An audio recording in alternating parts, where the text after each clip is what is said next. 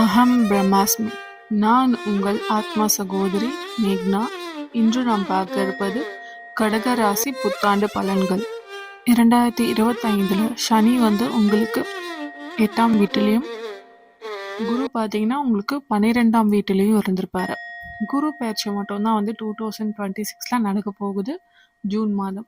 So குரு பார்த்தீங்கன்னா 12 மறைவிடத்துல தான் இருக்காரு. ஜென்ம குருவா மாறப்போகிறார் இல்லையா? ஜென்மகுரு என்ன பாடுபடுத்துவார் அப்படின்னு பார்த்தீங்கன்னா, ஹெல்த்தில் மட்டும் கான்ஷியஸாக இருக்கணும் இந்த வருடம். அதுவும் ஜூன் மாதத்துக்கு அப்புறம் ஹெல்த்தில் கண்டிப்பாக இருதய சம்மந்தப்பட்ட பிரச்சனைகள், இல்லை ஷோல்டர், செஸ்ட்டு, அந்த மாதிரி பகுதிகளில் பிரச்சனை வர்றதுக்கான வாய்ப்புகள் இருக்குது. இரத்த நாணங்களை அடைப்புகள், இந்த மாதிரி ப்ராப்ளம்ஸ் வர்றதுக்கு நிறைய வாய்ப்புகள் இருக்குது. அது எல்லாமே உங்களோட ஃபுட்டை நீங்கள் ஹேபிட்ஸை மாற்றிக்கணும். இதனால் கண்ட்ரோல் பண்ண முடியும்.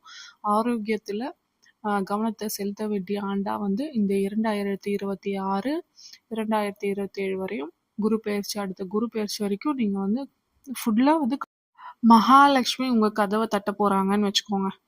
இந்த 2026 ஜூன் குரு பெயர்ச்சிக்கு அப்புறம் எல்லா கடனும் நிவர்த்தி ஆக போகிறது. குரு பகவான் உங்களுக்கு இந்த ஆண்டு ஒரு அற்புதமான ஆண்டாக மாற்றப் போகிறார். ஓகேங்களா?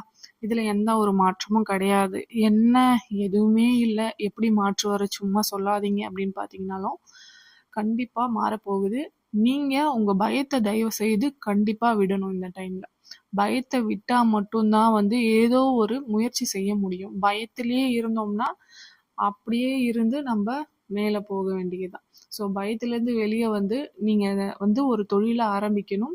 தொழிலோ இல்லை வேலையோ சரியா செட் ஆயிருக்காது. இந்த 2025 2024 செட் ஆயிருக்காது. ஸோ அதுக்கான முயற்சிகள் நீங்கள் ஜூன் மாதத்துக்கு அப்புறமா எடுக்கலாம். ஓகேப்பா? அதுவும் பார்த்தீங்கன்னா ஒரு சிறிய முதலீடு மட்டும் வைத்து நீங்கள் பண்ணுங்க. கடன் வாங்கி தயவு செஞ்சு தொழிலை செய்யாதீங்க. கடன் அதுவும் ஒரு 3 லட்சம் 5 லட்சம், ஏன்னா ஆல்ரெடி கடனில் இருப்பீங்க. இந்த மாதிரி ஒரு தொழிலை செய்யாதீங்க. உங்களுக்கு எந்த தொழில் நாட்டமாக இருக்கிறதோ அதை தேர்வு செய்து அதிலேயே நீங்கள் கான்சன்ட்ரேட் பண்ணுங்க. விருப்பம் இல்லாமல் எங்கள் அப்பா சொன்னாங்க, எங்கள் அம்மா சொன்னாங்க, இதை செய்ய சொல்லி அதை செய்ய சொல்லி நாள் போக போக பார்த்தீங்கன்னா உங்களுக்கு அதில் இன்ட்ரெஸ்ட் இல்லாமல் போகி அப்புறம் பார்த்தீங்கன்னா அதை சரியாக நடத்த முடியாமல் அதுலேயும் ஒரு லாஸ் வரதுக்கான வாய்ப்புகள் இருக்கும். ஸோ அதனால் உங்களுக்கு எது விருப்பமோ, எது தெரிந்ததோ, எதில் அனுபவம் இருக்கிறதோ அதையே நீங்கள் ஆல்ரெடி வேலைக்கு தான் போயிட்டுருக்கேன். எனக்கு மேலே ப்ரெஷர் அதிகமாக இருக்குது. காலையில் 8 மணிக்கு எழுந்துக்கிறேன், 10 மணிக்கு வர்றேன், இதுதான் என்னோட அன்றாட லைஃப் அப்படின்னு நினைக்கிறீங்க அப்படின்னா இதுதான் கரெக்டான time. This is the right time. நீங்கள் ஒரு பிஸ்னஸை தாராளமாக ஸ்டார்ட் பண்ணலாம். பட் ஒரு சிறிய முதலீடு மட்டும்தான் அதுக்கு நீங்கள் பண்ணணும். அதிகமான தொகையை போட்டு ஒரு பிஸ்னஸை செய்யாதீங்க. ஓகேங்களா? சிவாய நம என்ற மந்திரத்தை பாராயணம் செய்து கொண்டே வாருங்கள். நானே சிவன், நானே சிவன் என்பதே இதன் அர்த்தம். அதாவது அகம் பிரம்மாஸ்மி அப்படின்னு பார்த்தீங்கன்னா நான் சிவம் நானே அப்படின்றது தான். அதே போல் நீங்கள் தான் பரமசிவம் அப்படின்றத உணர வேண்டும். வேற எங்கேயோ கடவுள் இருக்காருன்னு அதை தேடாதீங்க. திருவண்ணாமலை உங்களுக்குள்ளேயே இருக்கு. திருவண்ணாமலை தீபத்தை போயிட்டு வெளியே தேடக்கூடாது. ஓகேங்களா? காசி, அப்புறம் ராமேஸ்வரம், இந்த மாதிரி புனித ஸ்தலங்களுக்கு போயிட்டு வாங்க. நிறைய ஸ்தலங்களை, சிவ ஸ்தலங்களை சுற்றி பாருங்க. ஏன் ஸ்பிரிச்சுவல் பிளேசஸ்க்கு போகணும் அப்படின்னு சொல்கிறோன்னு பார்த்தீங்கன்னு வச்சுக்கோங்க. நீங்கள் ஒரு ஃபாரினில் இருக்கீங்கன்னு வைங்க. உங்களோட குழந்தையோ இல்லை உங்களோட அம்மாவோ இல்லை உங்கள் மனைவியோ வீடியோ காலில் பார்க்குறதோ இல்லை அவங்க நினைவிலையோ இருக்கிறத பார்த்தீங்கன்னா அது உங்களுக்கு சந்தோஷத்தை தான் கொடுக்கும் கண்டிப்பாக. ஆனால் என்னதான் இருந்தாலும் நேரில் பார்க்கும்போது உங்களுக்கான மகிழ்ச்சி, உங்கள் குழந்தைய தொடும்போது, தூக்கும்போதும், பார்க்கும்போதும், நேரில் பார்க்கும்போதும் உள்ள சந்தோஷத்தை அது வேறு எதுவுமே ஈடாகாது இல்லையா? அதே போல தான் நீங்கள் நினச்சிட்டு தான் இருக்கீங்க. கடவுள் எல்லாம் ஒண்ணுதான். அவர் உருவமற்றவர் தான், அவர் ஜோதி நிலையில இருக்காரு, எல்லாம் உண்மைதான். எல்லா தெய்வமும் ஒரே ஒரு தெய்வம் தான். ஓகேங்களா? இதுல எந்த ஒரு மாற்று கருத்தும் நானும் தெரிவிக்கவில்லை. ஆனா நீங்க கோவிலுக்கு வரும்போது நம்ம எல்லாமே ஒரு உருவமா, நம்ம அம்மான்றது ஒரு உருவம் ஆயிடுச்சு, நம்ம குழந்தைன்றது ஒரு உருவம் ஆயிடுச்சு, நம்ம மனைவி, நம்ம கணவர் எல்லாமே ஒரு உருவம் ஆயிட்டாங்க அப்பால இருந்து. அப்போ நம்ம கடவுளையும் வந்து ஈஸியா அக்சஸ் பண்றதுக்கு ஒரு உருவம், ஒரு சிலைன்னு குடுத்துட்டாச்சு. ஓகேங்களா? அப்ப அத போய் நம்ம பார்க்கும்பொழுது, கோவிலுக்குள்ள பார்க்கும்போது, அந்த நறுமணம், மலர்கள், இந்தோட ஸ்பெஷலா அந்த ஃப்ரேக்ரன்ஸ் எல்லாம் அத பார்க்கும்போது ஒரு தெய்வீக உணர்ச்சி, அந் அ ஸ்லோகங்கள், மந்திரங்கள் இதெல்லாம் கேட்கும்போது யாரோ ஒருத்தர் அரோஹரான்னு சொல்லுவாரு.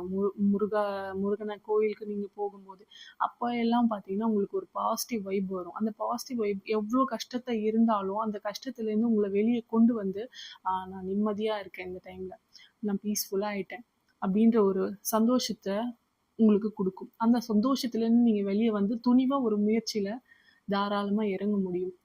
அதுக்காக தான் உங்கள ஸ்பெஷலா ஒரு கோவிலுக்கு போக சொல்றது, அர்ச்சனை பண்ண சொல்றது, இல்ல ஒரு மாணவர்கள் எல்லாம் பார்த்தீங்கன்னா, நெனச்ச ஒரு கரியர வந்து சூஸ் பண்ண போறீங்க.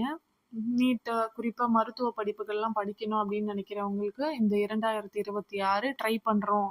நாங்க வந்து ஸ்பெஷலா கோச்சிங் சென்டர்லாம் போய் ஒரு 2 வருஷம் ஆச்சு, 3 வருஷம் ஆச்சு அப்படின்ற கடகராசி மாணவர்கள் எல்லாமே வந்து பார்த்தீங்கன்னா, அழகா கிளியர் பண்ணிட்டு, நீங்க வந்து உங்க கனவ வந்து பூர்த்தி ஆக்கிக்க போறீங்க. ஓகேங்க. இல்லத்தரசிகள் இந்த வருஷம் 2026 குரு பெயர்ச்சிக்கு மேல உங்களுக்கு பார்த்தீங்கன்னா, பேச்சுல கவனம் தேவை. என்ன ஏதோ பேச போய் அப்புறம் அது வந்து சண்டையில வந்து முடியலாம். இப்பவே அப்படிதான் இருக்கும் உங்களோட சிச்சுவேஷன். எதனா நீங்க நல்லத தான் சொல்லுவீங்க. ஆனா அது பார்த்தீங்கன்னா, உங்களுக்கே வந்து பெருசா சண்டையில வந்து முடியும். அதனால வந்து முக்காவாசி பேசுறத கம்மி பண்ணிக்கணும்.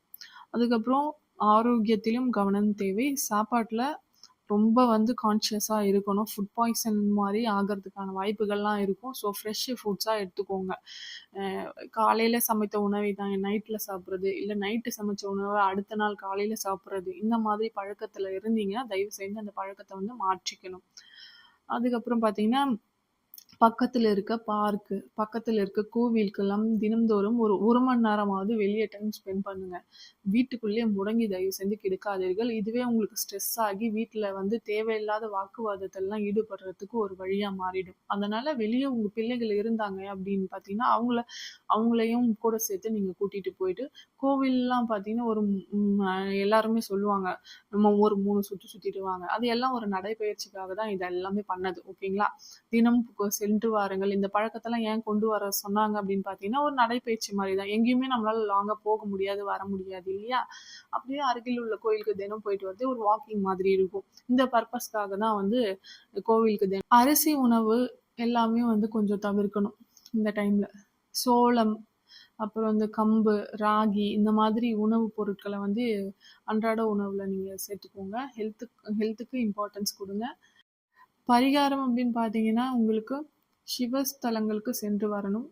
அப்படி பண்ண முடியல, அவ்வளோ தூரம்லாம் என்னால போக முடியாது அப்படின்னு பார்த்தீங்கன்னா, அருகில் இருக்க சிவன் கோவிலுக்கு சென்று வாருங்கள். அங்கே சென்று 2 தீபம் திங்கட்கிழமை தோறும் தீபம் ஏற்றி வாருங்கள். பிரதோஷ நாட்களில் அ நேரத்தில் பூஜைகளில் கலந்து கொள்ளுங்கள். முடிஞ்சா பச்சரிசி மாவு அரைத்து நந்திக்கு அபிஷேகம் செய்யும்போது அதை குடுத்து வாருங்கள். இதுவே உங்களுக்கு சிறந்த பரிகாரம். நன்றி, வணக்கம்.